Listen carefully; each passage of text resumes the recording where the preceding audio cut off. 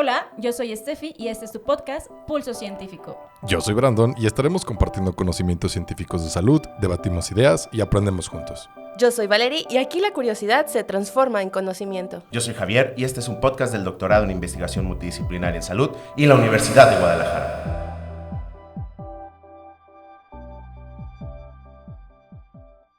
Las opiniones y comentarios expresados en este episodio son responsabilidad exclusiva de quienes los emiten. El Centro Universitario de Tonalá y la Universidad de Guadalajara no comparten necesariamente dichas opiniones, ni se hace responsable de ellas. Hola, bienvenidas y bienvenidos a Pulso Científico, un lugar donde debatimos ideas y aprendemos juntos. Yo soy Steffi. Yo soy Javier. Y bueno, el día de hoy hablaremos de un tema fundamental en nuestro tiempo, el diagnóstico, tratamiento, control y prevención de la hipertensión arterial. Nos acompañan un par de expertos en el tema, profesionales en el área de la salud cardiovascular, que nos hablarán de cómo prevenir y manejar esta enfermedad tan presente en nuestro país. Hoy tenemos el gusto de contar con dos invitados. Algunos a lo mejor ya lo ubican de vista, ya ha estado aquí con nosotros varias veces. Y bueno, les vamos a platicar un poquito de ellos. El doctor David Cardona Müller es médico cirujano y partero por la Universidad de Guadalajara, médico especialista en cardiología en el Hospital Civil Fray Antonio Alcalde, doctor en farmacología por la Universidad de Guadalajara, profesor e investigador asignado al Departamento de Fisiología, Laboratorio de Mecánica Vascular, Instituto de Terapéutica Experimental y Clínica y se dedica a trabajar en el Centro Universitario de Ciencias de la Salud. Aparte, es miembro del Sistema Nacional de Investigadores. Hola. Perdón. Hola, buenos días. Muchas gracias por la invitación y por darnos la oportunidad de platicar de este tema aquí con todos. Bienvenido, doctor. Muchas También gracias. tenemos pues ya un invitado que es recurrente en nuestro podcast. Nos da gusto tenerlo por acá, el doctor Carlos Gerardo Ramos Becerra, que es médico cirujano por la Universidad de Guadalajara y doctor en medicina cardiovascular. Su formación, pues obviamente, como hemos visto, va orientada al estudio del riesgo cardiovascular y sus implicaciones en la práctica clínica y la investigación médica.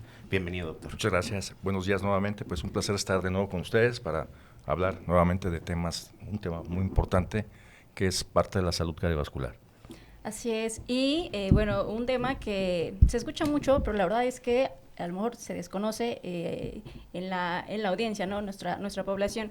Doctor, ya para entrar un poquito en contexto, ¿nos podría decir qué es exactamente la hipertensión arterial y por qué se le conoce como el asesino silencioso?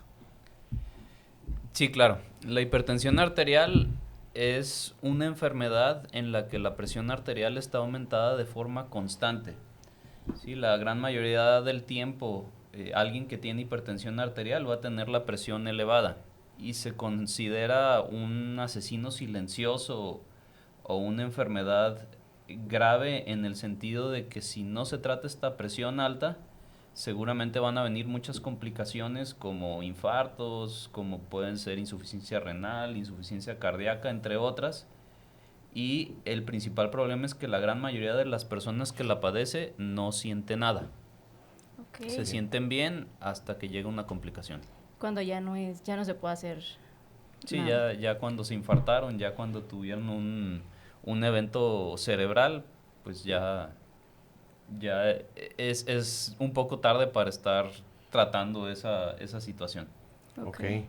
Y de repente puede ser que ni siquiera sea porque no haya como que en estas personas el hábito de tomarse la presión recurrentemente, sino porque más bien a lo mejor o no conocen los valores normales o aunque los conozcan, a veces como usted menciona, no tener síntomas, pues también los hace creer que no está mal tenerla elevada. No sé si nos puedan platicar un poquito de cuáles son los valores normales y a partir de cuánto un paciente puede decir que tiene hipertensión. Sí, claro que sí. Bueno, básicamente lo que son los valores de presión en general que manejamos o que se manejan en general, hay diferentes tipos de escuelas, digamos, que manejan el diagnóstico, tratamiento de hipertensión, Sociedad Europea, la Sociedad Americana de Hipertensión, y se manejan diferentes rangos de valores, pero en general para las personas que nos ven, que nos escuchan, a grosso modo el corte que se puede manejar es arriba de 140-90. Es lo que se tiene que manejar en general. Y en este caso lo que se tiene que hacer es obviamente medir la presión para poder tener este valor, ¿de acuerdo? General, pero puede cambiar, depende también de la edad de la persona. Hay varias características en las cuales se tienen que medir, pero a grosso modo es eso lo que se tiene que medir y es más o menos el corte donde se tiene que considerar como una alerta ya para poder proceder a ir con el médico para que se haga una medición también correcta de la presión arterial. Otra de las cosas importantes que hay que analizar es que este tipo de valores en general se tienen que confirmar también. Y la toma de la presión tiene que ser bien hecha con un buen aparato para poderlo confirmar. Ok, ¿y cuáles son los síntomas, doctor? Los síntomas que puede presentar una persona con presión alta y que a veces pues no se detecta a tiempo. Generalmente, como se le dice el asesino silencioso, como decía el doctor Cardona, realmente no existe tal. O sea, no hay un síntoma como tal que se pueda manifestar hasta que ya hay algún daño ya en un momento dado. Okay. Por lo general, el paciente se siente bien y no pasa nada. Las personas muchas veces se dan cuenta que tienen la presión arterial, obviamente cuando por alguna situación les miden la presión, en general por algún estudio que se les va a hacer, una valoración, etcétera, porque muchas personas también no se miden la presión normalmente, o sea, en general, ¿de acuerdo? Pero sí es muy importante el hecho de considerar la medición como tal. Como les digo, no se siente nada. Muchas personas también de repente les duele la cabeza o tienen un sangrado de la nariz o les zumba los oídos. Muchas veces hay que ver eso porque la presión arterial realmente en general se le ha echado la culpa de muchas situaciones en general. Muchas veces de repente si duele la cabeza es la presión, ¿no? Si suman los oídos es la presión. Sí. Muchas veces probablemente esto sea un tabú en función de que no, como a veces el médico no puede decir no sé, muchas veces en este caso le puede atribuir a algo, algún síntoma e inmediatamente dice, bueno, es la presión arterial. Pero realmente muchas personas pueden llegar a un lugar a medirse pueden tener un efecto de dolor de cabeza en un momento dado que les puede pasar y muchas veces les miden la presión. Obviamente que el efecto de dolor les va a generar un aumento de la presión, pero lo que está generando el aumento de la presión como tal es el dolor de cabeza. Nosotros si de repente le damos al paciente un analgésico para que le baje lo que es el dolor de cabeza, la presión va a estar normal. O sea, en este caso no es la presión la que está generando el dolor de cabeza, sino el dolor de cabeza como tal está generando la presión. Entonces lo que tenemos que atacar en este caso es ver eso. Entonces muchas veces también llegan a una sala de urgencias, les duele la cabeza, les toman la presión y dicen, bueno, pues es hipertenso, pero realmente no era eso, ¿no? En general, y eso pasa constantemente en el ámbito normal. Entonces es muy importante eso, ¿no? Considerar el escenario que se está dando para poder considerar si realmente es la presión o es otro factor que la esté generando. Ok, y hay personas que, bueno, la tienen ya alta y que casi siempre se las toman y dicen, bueno, es que yo nunca me siento mal, yo siempre he sentido bien con esa presión, ¿no? Es normal para ellos cuando ya va avanzando ahí la... Sí, puede ser normal para ellos, pero realmente sí se tiene que considerar la valoración, por ejemplo, con un cardiólogo, en este caso, un internista. Sí, a veces el problema es ese, que para muchos de nosotros el concepto de una enfermedad o de tengo algo mal tiene que estar acompañado por me siento mal. Sí. Claro. Y si no te sientes mal, pues no te tratas. Pero muchas veces todas estas enfermedades crónicas que se han ido descubriendo en los últimos años, pues no dan síntomas. La hipertensión, el colesterol alto, inclusive la diabetes con niveles no tan altos de glucosa, pues no se siente nada y la persona piensa que está muy bien, que no está enfermo, pero pues es parte de esto del asesino silencioso. Si no se controla y si no se trata de forma adecuada, aunque no se sienta mal, pues va a tener consecuencias que muchas veces son catastróficas para la persona. Okay. Entonces, en este contexto es importante para nuestra audiencia poder conocer cómo se toma la presión arterial en casa de manera correcta. ¿Cómo sería este método? ¿Qué es lo que se les recomienda? Bueno, sí, en casa tiene que estar, realmente la toma de la presión es algo muy particular, tiene que ser bien hecha, digamos, se tiene que hasta adiestrar a veces hasta una persona para que la pueda tomar. Realmente hay muchas farmacias y muchos lugares donde van y toman la presión de repente y inmediatamente le dan un valor, ¿de acuerdo? Muchas veces este tipo de mediciones pueden darnos un falso, en función de que el aparato tiene que estar validado en un momento dado. Hay diferentes tipos de aparatos para medir la presión arterial. Está el clásico, que es por medio de mercurio, que es el viejito, el que es por medio de la barrita de mercurio, que prácticamente ya está ya descontinuado. Está el otro que también es por medio de un baumanómetro, que ahorita obviamente también se pone lo que es el brazalete y se va insuflando con una carátula, que es una agujita que nos va diciendo lo que es la presión en general. Y hoy día ya tenemos aparatos que son electrónicos, que son aparatos que están validados, que están certificados. Inclusive nosotros en la universidad y en el centro universitario hemos validado unos 2 o 3 aparatos en general, por medio también de la Sociedad Europea de Hipertensión, etcétera, y se pueden utilizar sin problema. Es muy importante eso, porque la presión se tiene que medir 3 veces, básicamente. Okay. Si el paciente tiene que saber que se la tiene que medir 3 veces la presión, y en este caso, la primera por lo general se puede desechar. Hay que entender que la presión arterial es un mecanismo fisiológico, o sea, el mismo cuerpo, que funciona en función de la demanda que se necesita. Es decir, si yo estoy hablando ahorita, mi presión va a estar elevada. Si yo me levanto, pues la presión obviamente va a aumentar. Pero esto quiere decir que es un cambio físico y es un cambio fisiológico normal del cuerpo. El cuerpo necesita una demanda de mayor presión, por lo tanto, obviamente que va a aumentar. ¿Qué es lo que tiene que hacer el paciente? Llegar y sentarse, relajarse, no hablar, poner los pies bien sobre el piso. Tiene que estar en una posición cómoda para medirse la presión, y se tiene que elegir el brazo correcto para poder la presión. Por lo general la medimos en el izquierdo, pero puede haber variaciones entre una y otra. Siempre en la primera consulta siempre se miden los 2 brazos para ver si existe una variación. Entonces la presión tiene una variabilidad, entonces esta variabilidad va cambiando constantemente. Entonces yo le tomo la presión al paciente, inmediatamente cuando se sienta, este paciente va a tener la presión elevada, y muchas veces es la presión que les miden o que toman como el valor en general. Entonces es el equivalente a que le tomara la glucosa a un paciente que acaba de desayunar. O sea, no es posible, no se puede en un momento dado tomar ese valor como un valor real, ¿de acuerdo? Se tiene que descansar el paciente y se mide 3 veces. Se mide la circunferencia del brazo, que es muy importante. Es muy bueno, es muy importante que el paciente lo sepa hacer. Y en casa, obviamente que nosotros como médicos también tenemos que darle las indicaciones al paciente para cómo medirse la presión. En general es eso, inclusive el hecho de que tenga ganas de orinar o varias situaciones como tal, generan también el aumento de la presión.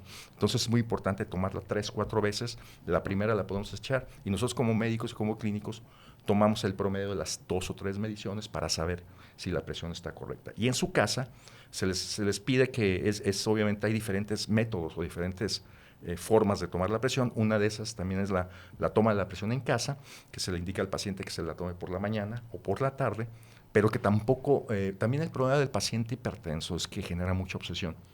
El hecho de saberse hipertenso y saber sentirse mal de la presión, el paciente todo el tiempo te está llamando, te está preguntando, oiga, doctor, fíjese que me duele esto, oiga, que vi aquí. Entonces, sí, todo el tiempo son muy hiperactivos en ese sentido, ¿de acuerdo? Entonces, es muy importante el hecho de que se la tomen 3 veces, pero que no sea una obsesión. Se la puede tomar cada tercer día, más o menos, ¿no? Que es lo que nos dicen las guías en general, para que en este caso podamos tener un control como tal, ¿de acuerdo? Sin embargo, esto no exenta de que él tenga que ir a consulta, si ya es un paciente hipertenso, para que el médico, en presencia digamos, en el consultorio, la tome.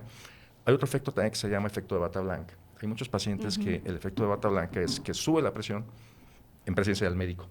Se le llama bata blanca. Entonces llega el momento en que se eleva la presión, pero en el momento que salen ya está normal la presión. Para esto es importante el hecho de hay estudios que es monitorear la presión arterial, que de esa forma nos ayuda también a tomar una fotografía como tal de 24 horas de la presión arterial, para que en un momento dado podamos nosotros saber cuál es el comportamiento de la presión. Pero en casa sí tenemos que indicarle al paciente oportunamente y puntual de que tiene que tener esas características.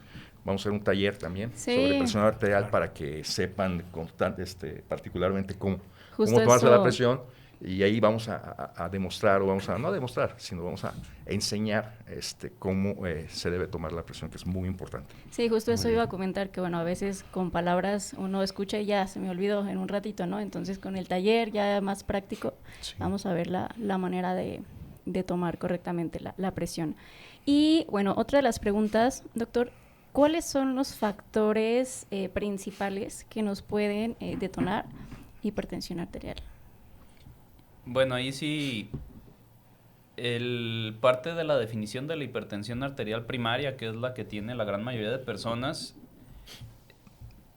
nos dice que es una enfermedad multifactorial. Entonces siempre son diferentes factores y en algunas personas unos factores pueden ser poquito más importantes y en otros factores van a ser más importantes. Pero en general se considera que es una combinación de situaciones y de factores como puede ser el estilo de vida, personas que tienen sobrepeso, que no hacen actividad física, que no duermen sus horas adecuadas, que tienen mucho estrés en su rutina diaria. Todos son factores que van a ir contribuyendo a que se vaya elevando la presión. La alimentación es muy importante, dietas que son altas en sodio, en sal, también nos van a elevar la presión. El consumo de alcohol es otro de los factores que nos va a elevar la presión, en especial si es alcohol en exceso. El uso de cigarro también nos eleva la presión, ¿sí? Y aparte tenemos por otro lado otras enfermedades que también van a contribuir con que también se eleve la presión. Puede ser, por ejemplo, enfermedades como la alteración del colesterol, como la diabetes. La información genética que tiene la persona hasta cierto punto es una enfermedad que se hereda. Entonces, si ya tenemos familiares con hipertensión, nuestros papás, nuestros abuelos, es más probable que nos hagamos hipertensos. Pero es importante tomar en cuenta esto, es multifactorial. Si yo ya tengo la información para ser hipertenso, la información genética, yo también puedo hacer algo para que esa información no se exprese en mí. Exacto. Ok. Entonces, cuando está ese riesgo ya detectado y todos mis familiares son hipertensos, pues de mí depende mantener mi peso, hacer ejercicio, tratar de evitar situaciones de mucho estrés o aprender a manejar mi estrés y así evitar que se exprese de forma temprana la hipertensión. Tal vez eventualmente va a llegar la hipertensión, pero es diferente empezar a ser hipertenso a los 30 que empezar a ser hipertenso a los 60. Ok. Y efectivamente, lo que dice el doctor es cierto, porque también ya hemos visto pacientes de 20 a 25 años que ya tienen hipertensión arterial. Entonces, el hecho de que estén jóvenes, chavos, que nos escuchen, por favor, el hecho de la juventud no es garantía de salud, lamentablemente. Salud, sí. ¿no? Claro. Pero, como dice el doctor, no es lo mismo el momento en que llega lo que es la presión arterial. Y sí hemos visto casos en jóvenes. Hay también diferentes tipos de hipertensión arterial, que hay hipertensión juvenil, otros, pero no nos vamos a entrar en ese tema porque es un tema muy particular y muy científico en el aspecto, pero sí se dan esos casos ya de una hipertensión temprana. Y pues entre más pronto, mejor. Sí, sí. Mencionaba ahorita, doctor, que la persona tiene que cuidar como también estas situaciones de estrés. No sé si de repente tal cual el estrés y las cuestiones emocionales puedan generar un aumento o alteración de la presión arterial que conlleve a que la persona desarrolle o mantenga su enfermedad. Sí, claro, a fin de cuentas, todas las situaciones de estrés están haciendo que nuestro cuerpo produzca muchas hormonas como cortisol, como adrenalina, y esas hormonas hacen que suba la presión. Por un lado, hace que nuestro cuerpo retenga líquidos y sal, y eso sube la presión, y por otro lado, hace que nuestras arterias estén como más tensas, menos relajadas, y eso también hace que suba la presión. Entonces, sí es uno de los factores que está bien reconocidos como un factor de riesgo para desarrollar no nomás hipertensión, pero también para tener complicaciones cardiovasculares como infartos, embolias a largo plazo. Muy bien. Entonces sí es importante pues aprender a manejar el estrés. Todos tenemos estrés. Sí. Sí. Quizá la clave es aprender a manejarlo. Muy bien. Exacto. Bueno, y ahorita hablamos de hábitos, ¿no? Alimentación, ejercicio, personas que fuman, pero ¿cómo influye el peso? El peso de la persona en la hipertensión arterial. Y ahorita nos habló de estrés, pero el peso, ¿qué onda? ¿Qué tiene que ver ahí? Pues bueno, recientemente ya la presencia de obesidad se considera una enfermedad. Inclusive hay varias iniciativas de sociedades internacionales que están enfocadas a tratar esta enfermedad. Y parte de la causa es que es una enfermedad que favorece que aparezcan muchas otras enfermedades. Entonces, hablando de la hipertensión, uno de los problemas con la obesidad es que la grasa que tenemos en nuestro cuerpo funciona también como una glándula que produce muchas hormonas. Y muchas de esas hormonas que está produciendo esa grasa excesiva hacen que suba la presión, hace que retengamos más líquido, que retengamos más sodio, que haya más inflamación en nuestro cuerpo. Y todo esto, por un lado, nos va a predisponer a que suba la presión, pero por otro lado también a que aparezcan consecuencias, las consecuencias que queremos evitar cuando tratamos todas estas enfermedades. Entonces, una persona que tiene obesidad tiene más probabilidad no nomás de ser hipertenso, pero también de ser diabético, también de tener problema del colesterol, también de infartarse, de tener embolias cerebrales, de presentar problemas en los riñones, además de otras complicaciones musculoesqueléticas como osteoartrosis y luego requerir prótesis de rodilla, de cadera, problemas de la espalda. O sea, es una enfermedad que tiene muchas consecuencias. En este caso, la hipertensión es solo una de ellas, pero precisamente es importante enfocarse en evitar también la obesidad y si ya está ahí, pues tratarla. Okay. Sí, exactamente. Ahorita que decía que pues enfocarse en el tratamiento, en este caso de la obesidad, en cuanto a la hipertensión, cuando detectan a un paciente con la presión alta o con hipertensión como tal, ¿siempre va a ser necesario el uso de medicamentos o hay otro tipo de medidas que puedan ayudar a regular la presión arterial en los pacientes? En este caso, sí hay formas, dependiendo también, cada paciente es individual. Entonces tenemos que analizar y tenemos que ver las características de cada paciente para ver cuál va a ser el tratamiento.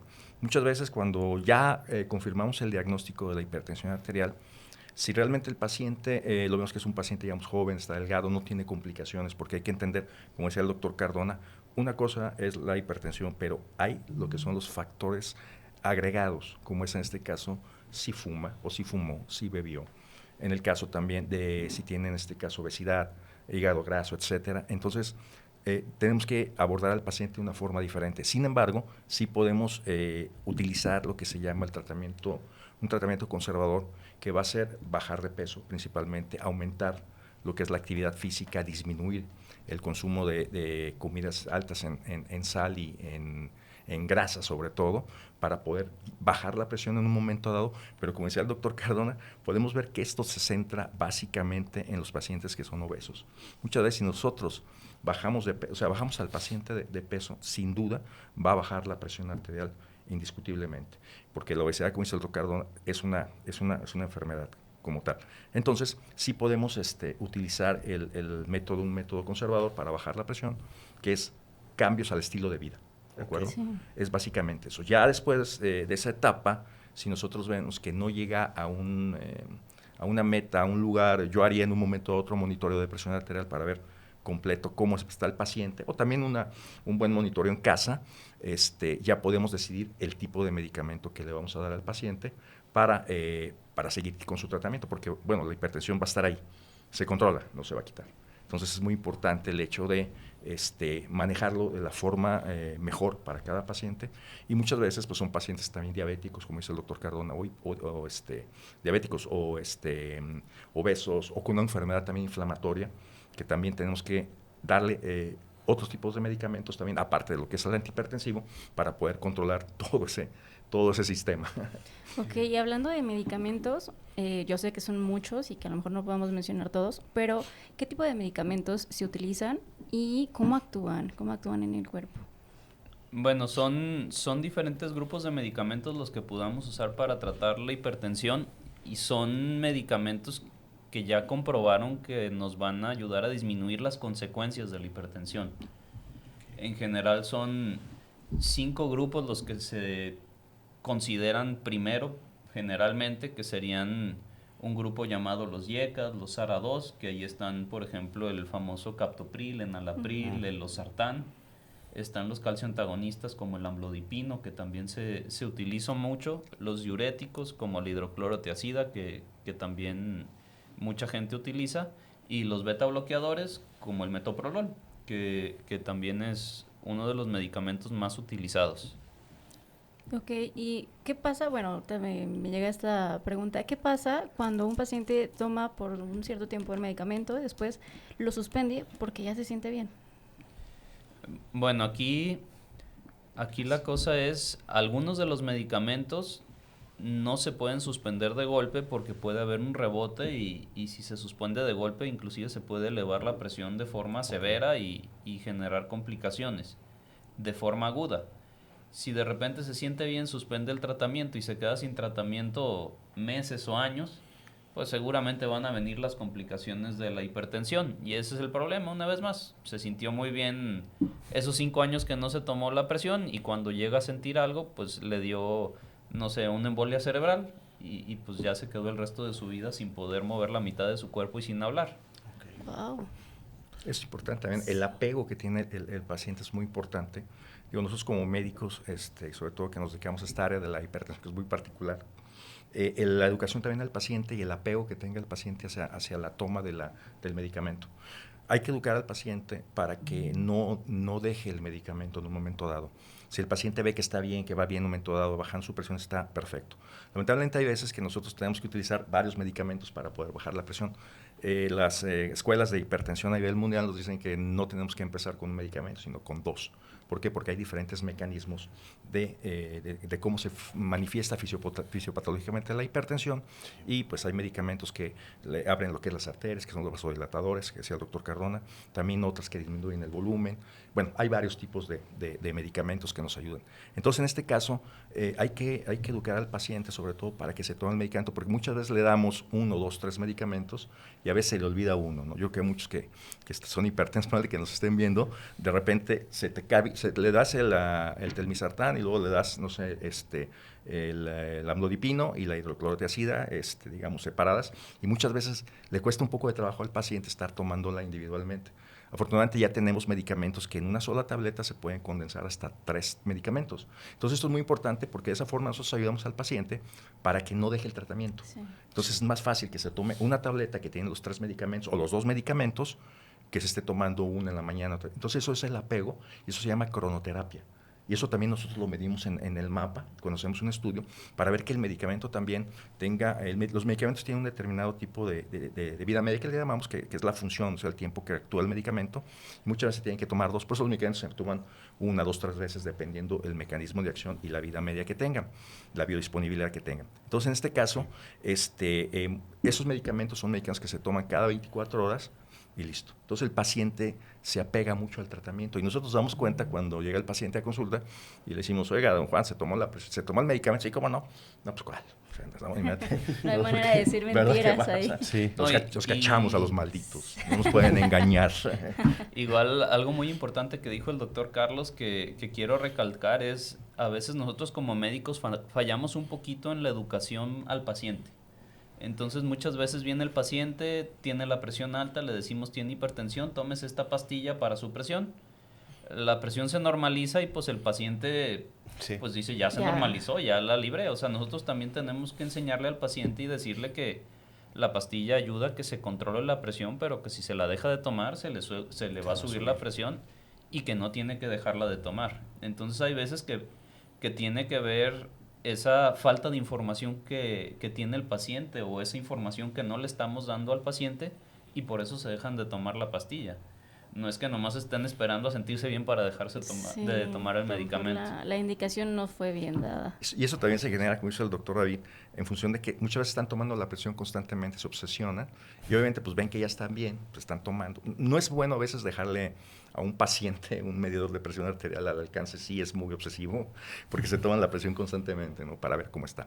Pero en este caso, pues obviamente ven que la presión ya bajó y dicen, pues ya la hice, ¿no? Ya no me tengo que tomar nada, no pasa nada y dejan. Y después viene, como dice el doctor Cardona, pues obviamente que las consecuencias, porque obviamente que se baja la presión, sigue ahí lo que es el fenómeno de la presión aumentada y vienen las consecuencias a riñones, a corazón, a cerebro, etcétera, ¿no? Entonces, es muy importante el hecho de mantener constante y sobre todo, como decía hace rato, al paciente bien cubierto todo el día de medicamento, ¿de acuerdo? Porque en la noche muchas veces la presión normalmente fisiológicamente la presión en la noche tiende a disminuir.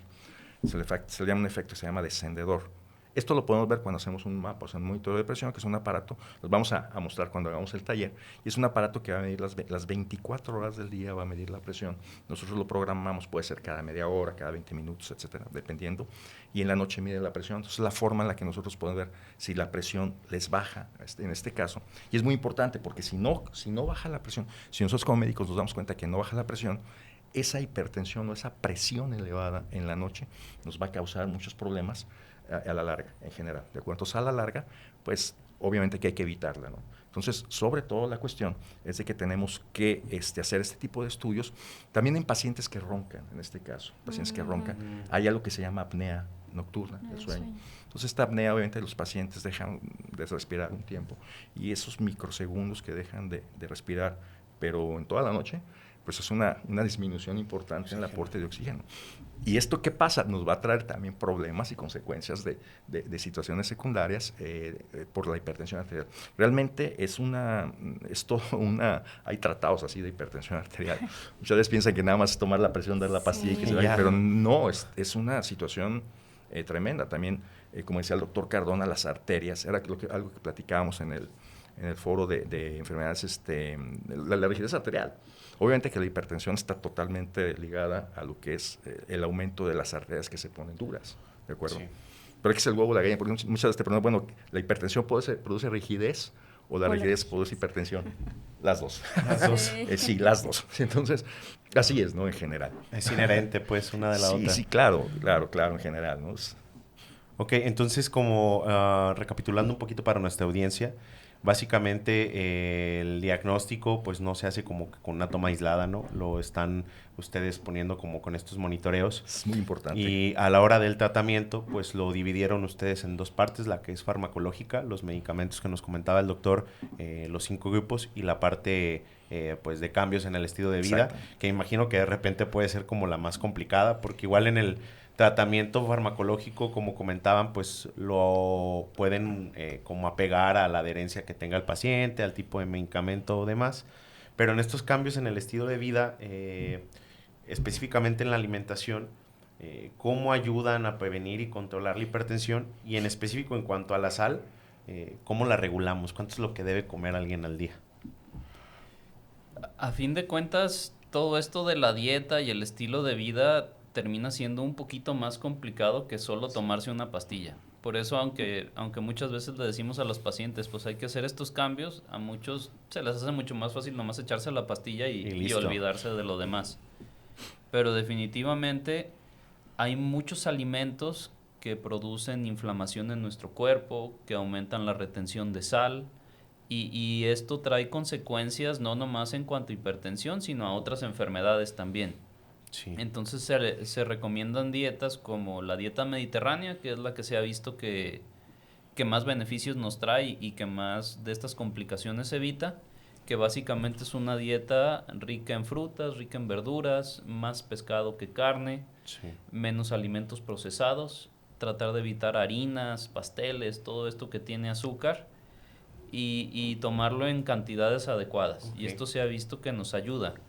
En cuanto al consumo de sal, la recomendación para alguien que es hipertenso varía también de sociedad a sociedad, pero creo que la más aterrizada y menos estricta, que creo que es adecuado para la mayoría, es menos de 5 gramos de sal al día, que sería una cucharadita del café, por ejemplo. Menos de eso al día. Y si es menos, mejor. Sí, la verdad es que es una situación bien complicada eso de la alimentación. Bueno, yo lo veo todos los días. El apegar a un paciente a un plan de alimentación y ejercicio, o sea, no hay manera a veces de comprobar, ¿no? Por ejemplo, el medicamento, ustedes pues con el mapa se dan cuenta si sí o si no. Pero pues con la alimentación a veces a uno le echan mentiras y pues uno tiene que decir, ok, está bien, cuando realmente no es cierto. Bueno, y en cuanto a ejercicio, ¿algún ejercicio que ustedes recomienden? Aeróbico, sin duda. O sea, principalmente lo que es ejercicio aeróbico, 30 minutos de caminata, tranquilo, a un paso acelerado, porque es muy importante elevar un poco lo que es la frecuencia cardíaca, dependiendo lo que es la edad del paciente, para que exista un mecanismo para poder ayudar en este caso hacer un gasto calórico importante para que pueda en un momento poder bajar de peso y en general. También la natación es fabulosa, todo lo que sea aeróbico en general, algo sencillo, ¿no? Pero también es importante el hecho de hacer ejercicio de fuerza, Sí. ¿de acuerdo? Porque también la atrofia muscular es algo que también genera muchos problemas en general. O sea, el músculo es, la mayor parte, o gran parte de nuestra composición somos músculo, y la atrofia muscular también es muy importante el hecho de evitar en un momento dado que llegue.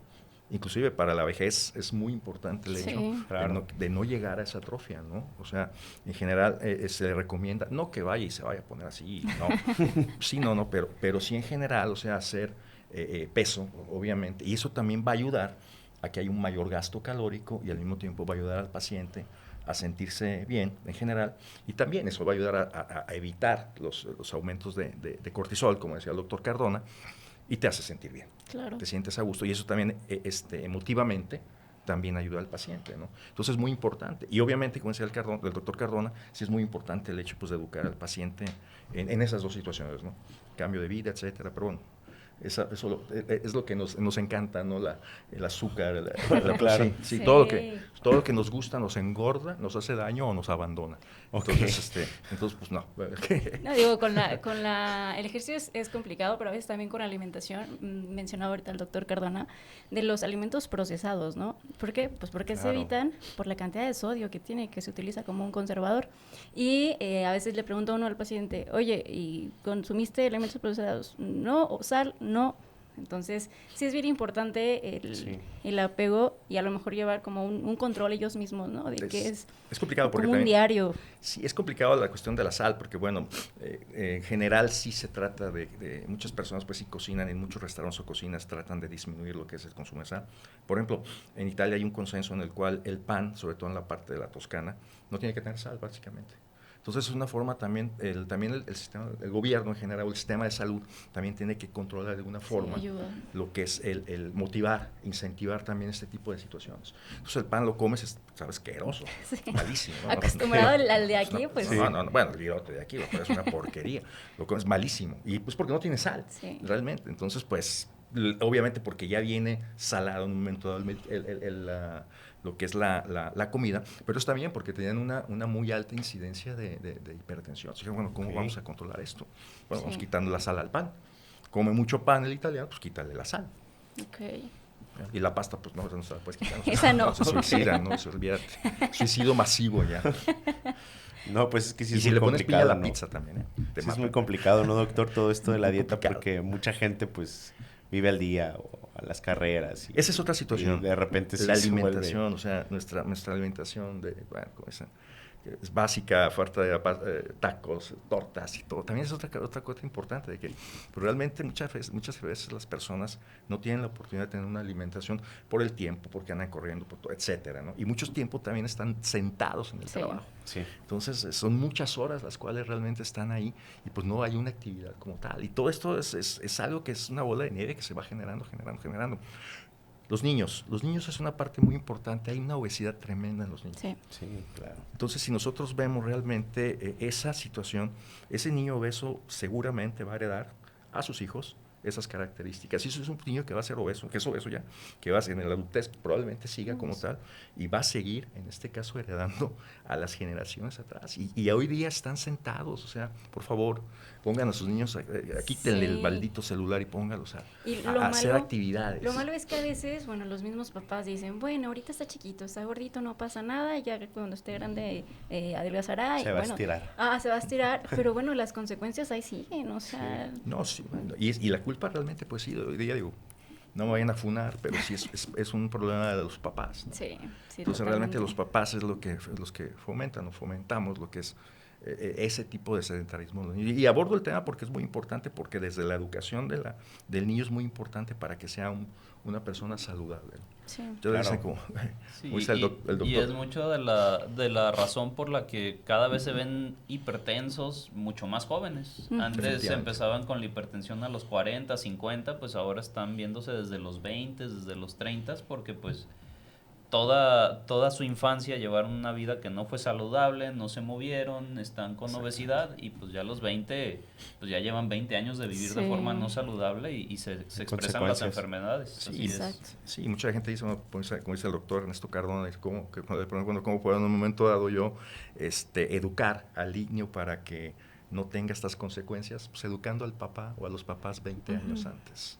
O sea, hace 20 años debimos de haber educado al papá y a la mamá para que realmente no tuvieran esas consecuencias, porque seguramente ellos son el niño es la consecuencia de ellos. Sí, exacto. Sí, no vayan a funar, por favor. No, es parte de...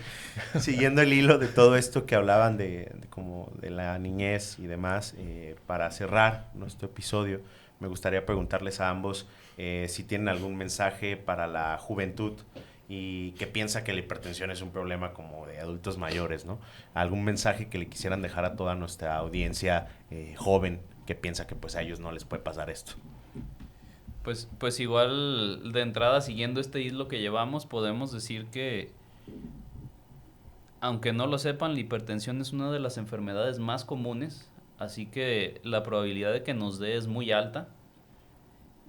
Y la mejor forma que tenemos o lo mejor que podemos hacer para evitar y para lograr que no nos dé es llevar una vida saludable.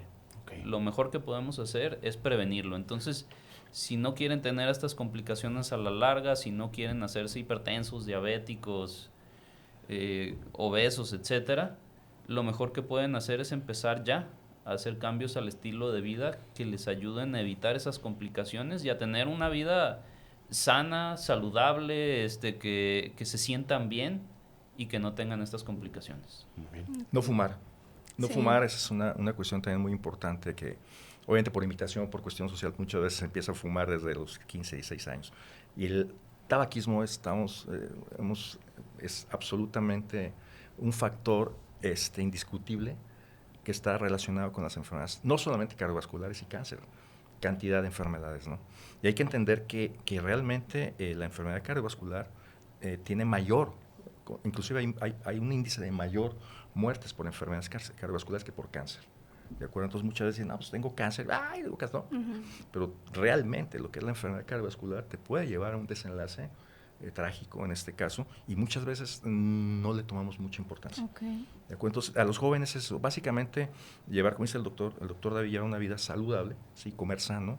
No sé si ustedes coman algo rico, sano, en general. ¿Tú comes sano? Sí, no. Tenemos que comer. Entonces, en general... Cada quien es lo que come. La que come. Somos lo que comemos. Yo pongo el ejemplo, doctor. Tengo que poner el ejemplo. Soy nutrióloga. Ah, no. Tú sí comes sano. Yo sí. Sí. Sí, no, eso es súper importante, ¿no? Entonces, hay que tener ya es una costumbre en general. Claro. Y a los niños, por favor, quítenle afortunadamente ahorita, creo que ya les quitaron las chatarras de las escuelas. De las escuelas en claro. general, porque era, olvídate, digo, pero a veces se las ponen a los niños ahí, ¿no?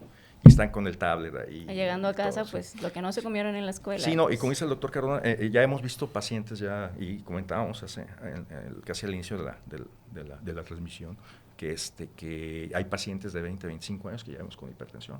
Sí. Entonces, y hay que hacer una atención primaria temprana. Exacto. Sobre todo, entonces, chavos, no fumen, beban con moderación, drogas, pues no, tampoco. Y una actividad, lo que sí hemos visto es de que algo que hemos visto así en general es que, hablando de los jóvenes, que las generaciones nuevas están muy centradas en el ejercicio. Entonces sí, el índice de consumo de alcohol, el índice de consumo de tabaco ha disminuido mucho, porque ya realmente no les interesa mucho consumir alcohol o cigarro. Que eso es bueno, ¿no? O sea, yo creo que en el futuro, digamos, algo que nos puede generar algo positivo en las generaciones también venideras en cuestión de salud, en general, como platicábamos de los padres, ¿no? Que obviamente van dejando la marca y la huella genética. Exacto. Pues bueno, muchísimas gracias, doctores, por estar aquí. Aquí al doctor Carlos, pues no es la primera vez que nos visita. Muchas gracias. Y, Ni la última. No, ni la última, porque en 15 días tenemos un taller sobre pues la toma de presión arterial en casa, ¿no? Entonces, para que complementen este episodio con la práctica que vamos a tener con el doctor. Gracias, doctores. No, al contrario, gracias. Muchas Muchas gracias por la gracias. invitación y bueno, nos estamos viendo. Gracias. Muchas gracias. Bueno, pues esto fue todo por nosotros y nos vemos en el próximo episodio. Yo soy Steffi. Yo fui Javier, muchas gracias. Adiós. Muchas gracias a todas y todos por escucharnos. Si te gustó, compártelo. Te esperamos en el próximo episodio. Esto fue Pulso Científico.